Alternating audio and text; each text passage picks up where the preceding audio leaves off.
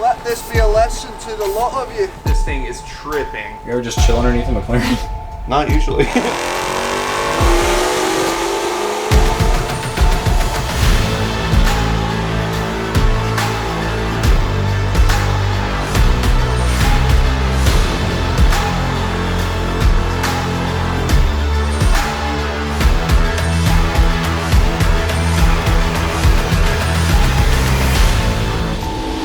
What's going on, guys? Welcome back to the channel. Today we're going to be doing something pretty cool. If you saw in a few videos ago, you saw the Camaro racing the Roush, and the races were pretty close. We even swapped drivers to see if I could outdrive Daniel in the Camaro, but unfortunately the Roush beat it all 4 races. After getting back from the race, we really wanted to strap them both to a dyno to see what they're making, because we know about what they weigh. We don't know what either of the cars are making, and if you guys have seen the Camaro, we've gone through and done the entire Procharged build. We've gotten it tuned. Everything is great on the car. We've even gone out and done a lot of street launching with it. It has been awesome. But the one thing that we have not gotten to do until today is dyno the car to see what it's making with its new Procharged setup. With the NA setup, it was making roughly about 460 to the wheel. Right now we've got the Procharged setup on there, but because we're limited with fuel pumps and we're keeping it on 93 and everything, we are on the biggest pulley pretty much that you can get for that Procharged. And so I'm expecting realistically for it to make sub 600 to the wheel. I have no clue what it's gonna make, but I know the Roush is faster than it, and the Roush should only make about 560. So we're gonna go check it out.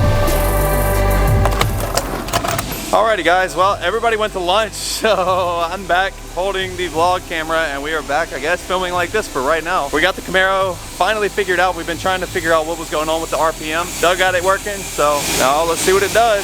Alright, you see what I had to do here? Because the magnetic base, there's nowhere to attach it. Oh, nice. In the future we'll probably have to make something, but yeah, this is working. Alright.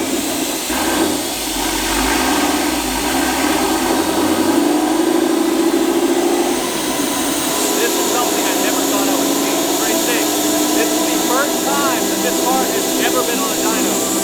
Ever.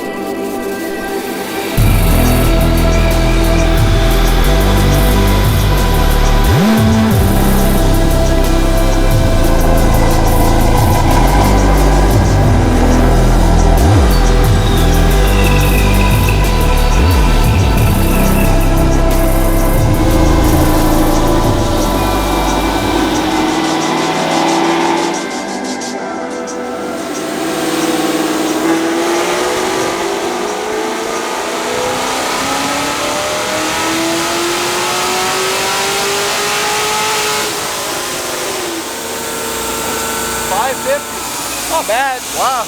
That's not horrible. That's right what I was expecting, honestly. That's pretty cool. Not much faster yet. Still not bad at all. Max boost that we saw was 7.5. Yeah, 7.5 pounds. It was probably going to taper from about 3 to 7 or so.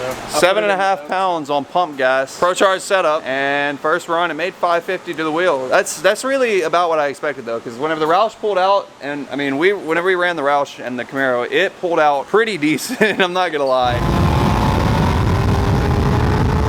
And that is why I've been telling you guys, if you want to go grab your entries in to win that thing, DLSS store is the place to go. But the thing is, yeah, I know. Fuel system. I know. Yeah, I know. But I was just saying though the other day that it's funny. I mean, this is technically almost set up. I mean, it's faster than a stock ZL1, huh? You think? Probably a pretty good run for it. Yeah. Like a 5th gen ZL1, you mean? Yeah. Oh, it's a little bit faster than a stock. Yeah. 5th gen ZL1, but a 6th gen would be like. Yeah. I think it's cool though. We should run this versus Roush. the Roush NA. The Roush NA. Yeah. Oh yeah. Actually, that would be a really good run. Yeah, because I used to put about 4 links on it, and it's Yeah. probably picked up about that much. Yeah, it picked up, probably, if I had to guess, it picked up like 70 horsepower with the Procharged. Which, I mean, it's not bad for the 3.25 or 4.2, yeah, 4.25 that's on it. So, not bad, definitely not bad. Like Doug said though, we are limited with our fuel system pretty bad right now because we're on stock pumps with a fuel pump booster. A lot of people do the drop-in kits with these, and it definitely is probably going to be required in the future. But right now, just to get it reliable and get it set up to where we can actually drive it instead of it just sitting all the time, that's where we're at, and I'm definitely happy with it. This is just our only our Camaro graph, so we can take a look at it without it being so cluttered. You can see you got a good torque curve though. Yeah. Torque curves up here. Yeah. AFRs, that's good for pump gas, huh? It's a little on the rich side, but I mean it's safe. If you're going to be beating on the car repetitively, then yeah. I mean, you could always lean it out a little bit, but I think it's that way because we're compensating for the fueling pump. issue. Yeah, we're compensating for the pump falling off. Yeah. So you can see it, how it's getting rich and then lean and then rich and lean and rich and lean.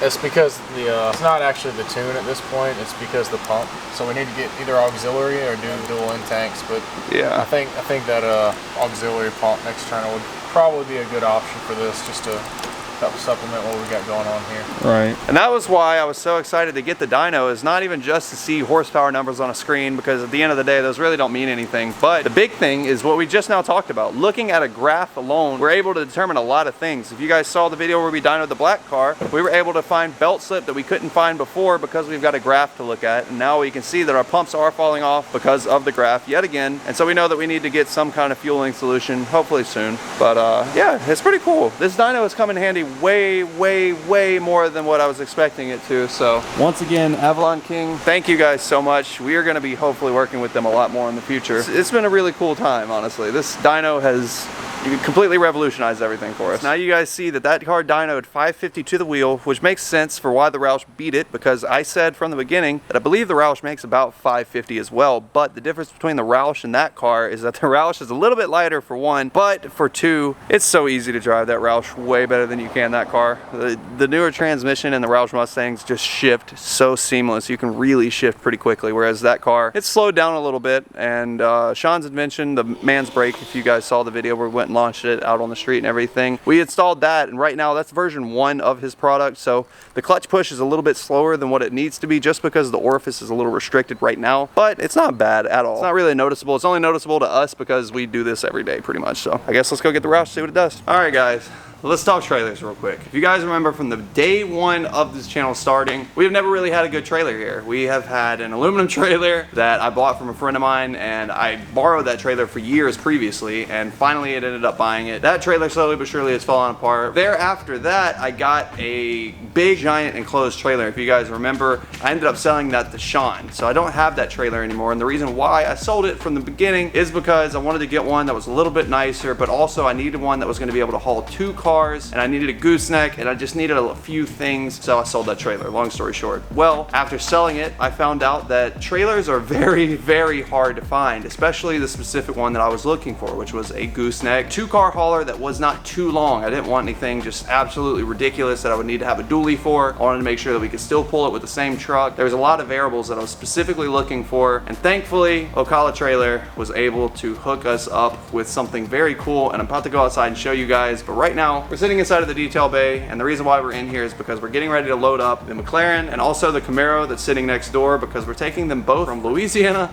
all the way up to Pennsylvania, and we're leaving tomorrow morning. So today we're gonna get these cars loaded up. We're going up there to go meet up with Corsa Performance for the first annual Corsa Cup, and I'll show you guys and explain a lot more about that next video. But for now, I'm gonna show you guys this new trailer that we just got delivered to us yesterday. We had a hurricane come through last night, so I couldn't make this video yesterday because it was really bad, raining and just wind and everything else. So we're about to get ready to load up these cars. So like I said, let's go outside and I'll show you guys our new 2-car enclosed hauler. I have not even gotten to open it up yet and see it, so here it is. So this is the new trailer from Ocala Trailers and Ocala Muscle. These guys have a few different sections of business that they do. If you guys want to go check them out, they are in Ocala, Florida. It is right here on the map, perfect location. I know a lot of you guys, we've checked our demographics. A lot of you guys are in Florida, so if you want to go swing by there and go check them out, please do. They've got everything from resto mod, older muscle cars, to newer muscle cars, to luxury cars, to trailers, and I mean, even from basic trailers to stuff like this. So I'm excited. Like I said, I have not gotten to open this thing up yet because it was raining so bad yesterday. We've got the key right here, so let's check it out. It's a fancy lock. Everything about this trailer is fancy. I don't know how to use it yet. So You got it. ooh. Damn.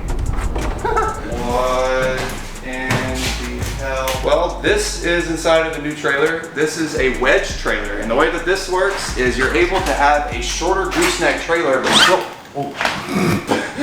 but still haul 2 cars, and the reason why is it's a really neat design, I'll be honest. If you imagine the trailer as a box, from this corner, the lower corner, and the back of the trailer, the entire way through the trailer, you've got this ramp that runs, so that way the front car is actually above the bed of the truck, which is where this space right here is. Oh, it's got a winch plate Oh, that's sick. I didn't even know that whenever we bought it, I'll be honest. That's pretty cool.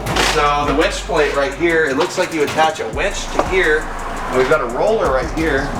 And then we'll be able to take our hook off of the winch and run it all the way back in case a car breaks or something, so we don't have to push it up into here. That is huge, actually. So right now we're sitting above the bed of the truck, and I'll show you guys whenever we walk outside how this works. It's kind of hard to imagine, but this is a relatively new design and style of trailer. And whenever I saw it, I was immediately interested. I've never even gotten to see one of these in person, but now getting to look at it inside, this is freaking crazy. You got these conveniently placed doors also to get out. Yeah, that's the camera decides to expose properly. There we go. So something else kind of neat about this is I was looking at the trailer and I just now realized that what I was thinking was going to work before actually will work. I was thinking about when we go on trips and stuff, if we find a motorcycle and want to pick up a motorcycle, or maybe even if I just want to take a motorcycle with us somewhere, we'll be able to pull one of the cars up here on top, but we'll be able to park a bike underneath it. And so I've got this little little stand thing that the front wheel of the bike sits in. So I'm wondering if I can pull it in here, maybe get some hooks put in down here to strap a bike down, because technically I think this would be tall enough, right? If you have a bike like the handlebars and front fairing right here. Yeah, I mean if it's pretty short, and especially if you drop the car all the way up onto the top, yeah, we'll probably have some room underneath. I guess we'll find out. Long-term goal was to be able to have a trailer that we can haul 2 cars, a lot of cargo, and also a motorcycle if we needed to. And I think this is going to do the trick. So bike right here, McLaren up here, and the Camaro is going to be back here. This is very interesting. I am not going to lie to you. I don't even know if I have ever seen anything like this. All the trailers, like look at all the aluminum. This is all super lightweight aluminum in here. Instead of having a steel frame trailer that is extremely heavy, we could fit the Razor in here and a car. And a motorcycle. And you got these nice ramps right here too. Hey, I was gonna ask, how did those work? This is like, honestly, the best part about this trailer, my favorite part at least. So these are essentially like race ramps, and the way that these work, this is the only thing that will allow you to load up something extremely low, because you guys remember on the last trailer, yes, we had a beaver tail. This one's got a beaver tail in the back as well, which means that past the axle, the back end kind of tapers down a little bit, so that's good. But what we didn't have in the last trailer is extended ramps like this. And so we had just the length of this door right here, and it was very hard to fit anything low on there. There's actually probably, you could play a compilation of like the Corvette when we tried to load it. Yeah, it wasn't an issue at all. Wait till we pull it out. We've scraped a lot of stuff. I've ripped bumpers off on the last trailer just because we couldn't fit low cars. This eliminates that. Now we've got a much longer ramp and a much smoother incline, so we should be able to fit just about anything up here. Wow. That is very cool. If you look around the trailer, everything is LED lighting, of course. No surprise there. But on the outside, something that's cool is that this is a screwless exterior, which means that there are no screws to get caught, rusty, or back out or anything like that. And that was something else that we had happen in the last trailer, is the screws started backing out of the siding and the siding started falling and sagging and things like that. Days of that are gone. These wheels and tires are extremely nice 8-lug wheels because we've got very strong axles under here that support a lot of weight. These are also nitrogen filled tires. Let me explain too about how cool these guys at Ocala Trailers are. The reason why this trailer is not spick and span and clean like a brand new trailer should be, because this is brand new by the way, is because we told them about the trip that we were going on, and they were located all the way in Florida. Again, like that's 16 hours from us or something like that. And I was like, hey, we need a trailer. We're leaving to go to Pennsylvania for this big Corsa event literally next week. And they got on the ball and they actually overnighted and drove the truck and trailer here and delivered the trailer to us. So that was extremely awesome. Thank you guys so much for that. So that's how we got the trailer here pretty much last minute. And then the next day a hurricane came through. Pretty wild. It has been just honestly an incredible last few days. I haven't gotten to see in any of these compartments either. So. Oh, look at that. They got the little things to hold the door open. What? It pops in there? That's pretty cool. Oh, sweet. So the storage that was on the other side, it duplicates on this side. Wow. Goes all the way down underneath the ramp. That is literally, look at, and then it goes all the way over here. That is enough storage to keep everything. Every hinge. Can you not shut it like that? What?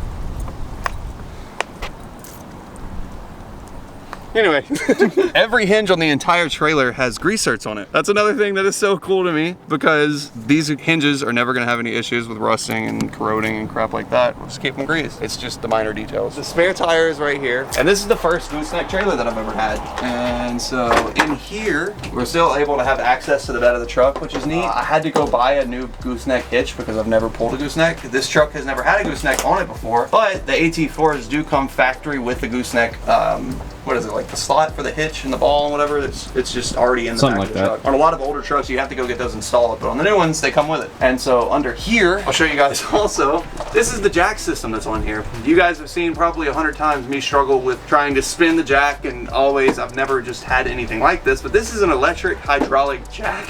And the way that this works is there is a key right here, and we can turn this key on, and then if we want the trailer to go up,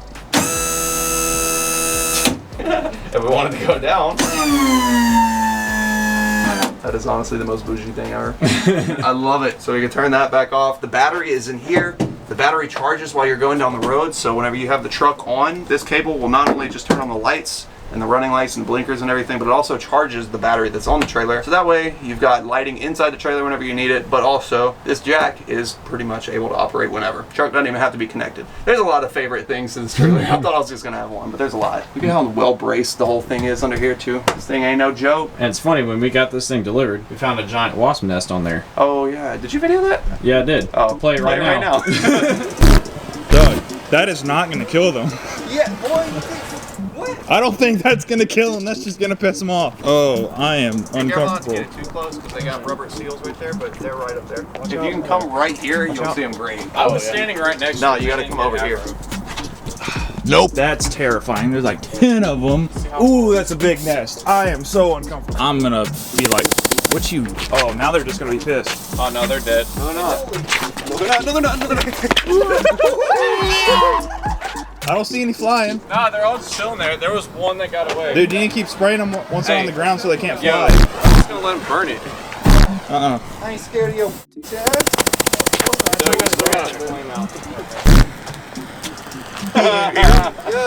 You hear them crunching? Damn, it sounds like a Swatch candle. Hey, It sounds like a want one? Swatch candle. any of you Hornets watching this, let this be a lesson to the lot of you. Oh, there's another one right here.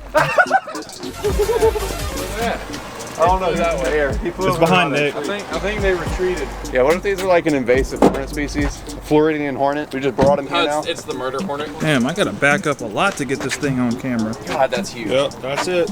This is insane though. Hey, I think this is a write-off.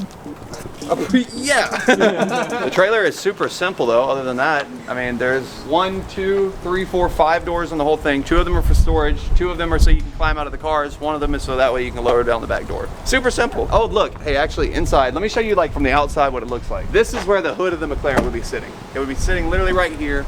The ramps go from here, down the trailer, all the way back. So you kind of see from the outside how it works. Because of the ramps going up inside of the trailer like that and being a slant, these doors right here create a lot of storage for us. So now we've got room for all of our bags, because typically we've kept them in the back of the truck, but now we have a gooseneck hitch back there, so we can't roll the bed cover. So we lost a little bit of space, but gained a whole lot more. Oh, it's even got, look at this. Yeah, it's got a little pull strap. No. Yo. This is cheating, honestly. I like this a lot more than the doors that swing out. Yeah. Yeah. You satisfied? Cool. Oh yeah. I was curious. I didn't know how good trailers could get, but they definitely blew me away. So with that being said, guys, make sure that you go check out their Facebook page. We're going to link it down in the description below. You can go check them out on any other social media platform under Ocala Muscle, or they've got Ocala Trailers. If you guys are looking for a new trailer to be able to haul your car around in, please go check these guys out. They are extremely, extremely high quality. It is much better than what I thought. Exceeded my expectations, and they delivered it to me out of nowhere on last minute notice. So, all right, you guys saw the trailer. We're gonna get these cars loaded up. Hoping with the top down it'll be easier to get out. We'll see. Got my front monster truck going. Every single light on. Everyone. I'm sure. This thing is tripping. You can probably open your door pretty good right there, actually. I can get out though.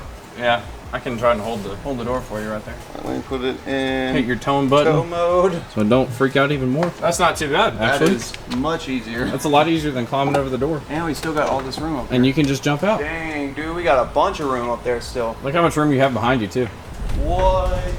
That's what I was saying, like up there, you're pretty good, because then you can... Hey, this is the first time that I'll be able to see under a McLaren. Lit! Oh, actually, yeah. Oh, there ain't really nothing to see. Yeah, you're right. Look at that. But it's still pretty cool, though. This is interesting. You ever just chill underneath a McLaren? Not usually. Not really. Where do you jack this thing at? Oh, wow. Interesting. There's jack points right there. It even has a little jack on it right there. That's pretty cool. Huh. This is one of the most interesting cars ever to me. It's crazy how this is like just like the Viper. Straight up, just flat at the bottom. Best aerodynamics possible. All aluminum everything too. Aluminum and carbon fiber everything. Plenty of room. Can I open this? Actually, yeah, all the way. No. No. Look at this luxury, bro. No way. I don't even have to hold it. You can just step right on out. I'm impressed. I'll be real. This is pretty dang nice. Ocala Trailers, you guys really did it. This is pretty dope. Oh, that's nice. It's riveted instead of screwed, so you can still rotate it around. This is always super confusing because I forget where we left off, but we're like a week and a half later, and today we're gonna dine at the Roush. So you guys saw that apparently whenever we went and ran the Camaro and the Roush left that car by a long shot. Today we're trying to figure out why. So the Camaro dynoed at 550 wheel horsepower, got the Roush strapped up to the dyno. Now it's time to figure out what this car makes. And again, it is bone stock. So we're gonna figure out why that car beat that car. Cool thing too is that we've got the boost cage hooked up now, I believe, right? Yeah, it's hooked up. Woo! So we ought to see what the stock pulley makes on this Supercharger. I know obviously what it makes with different pulley sizes and things like that, but I have no clue what they make stock. So find out what boost that a stock Roush makes as well. A lot of cool stuff going on. This is more of like a research intensive video more than anything, but still kind of cool.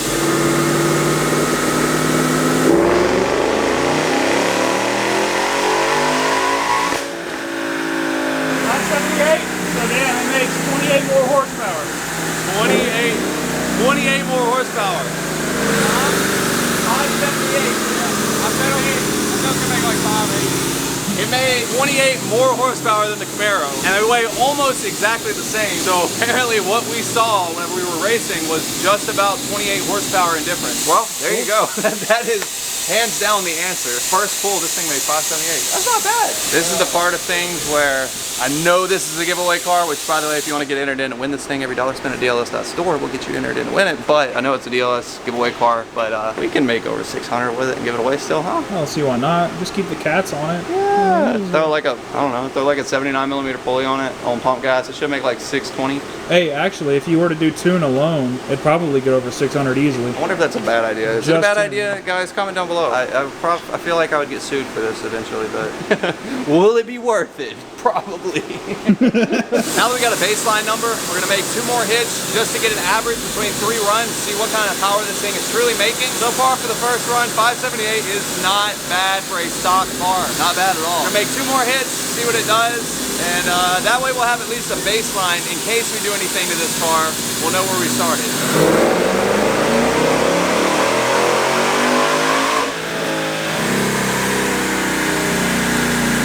I think those tires are spinning. I can hear it. It only made 550 that time. It also doesn't have summer tires on it. Yeah. So it might be spinning. Is it hot? Huh. Doesn't feel like it, but it sounds like it. Could you hear it or no? It's on. And that's the only thing that I would guess too for the reason why a certain horsepower difference on a stock car run to run, because it's not getting hot. Temperatures are actually not bad at all. I think we're just having some slip. Could you hear it at the top? Or I heard like, it on the first pull. Plus, I mean, with it being on all seasons, it makes sense that it would spin. Yeah. Well, and the only reason why I think it would have to be is because that second run, you can see it getting, watch, come see? See right here, we're having smooth, and then it starts getting a little shaky at the top. And I'm wondering if that's because of the, it may not be slipping, but it sounds like it. First run though, 578. Second run, 550. That ain't right. We're gonna let some of the air out and see if we can get it to hook a little better. Yeah, they're only 275 all seasons on a dyno. I would guess that's probably what's going on.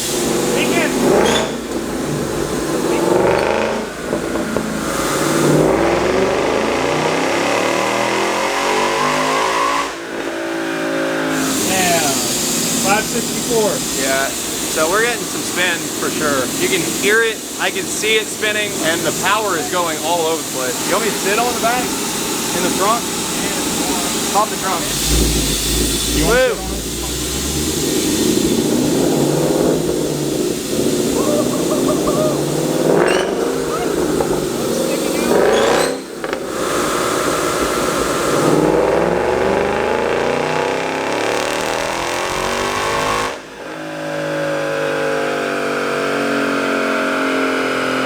Smell them though. Yeah. Yeah. Chewed up like I thought. It's pretty loud from the outside. Yeah. You can hear them spinning. I could hear it. That's why I did it in lower gear, so it ramps in quick. I hear it go kind of squeaking, chirping almost. Even sitting in the back, I was trying to stay planted in the whole car. I could just feel it like sliding back and forth. Well, that gave us our answer to our question at least. We'll save swapping tires and doing all that mess until we do something to the car to make it worth it. But it is, it's 5 o'clock, so. Time to go home. I'm all alone again, out of my own again, running from home again. You always telling me you can do better. Shut up and show me then. I don't got time for this. I laid on the line for this. Told you in confidence all of my secrets and all of my woes. You took all of my soul. I'm on the road again.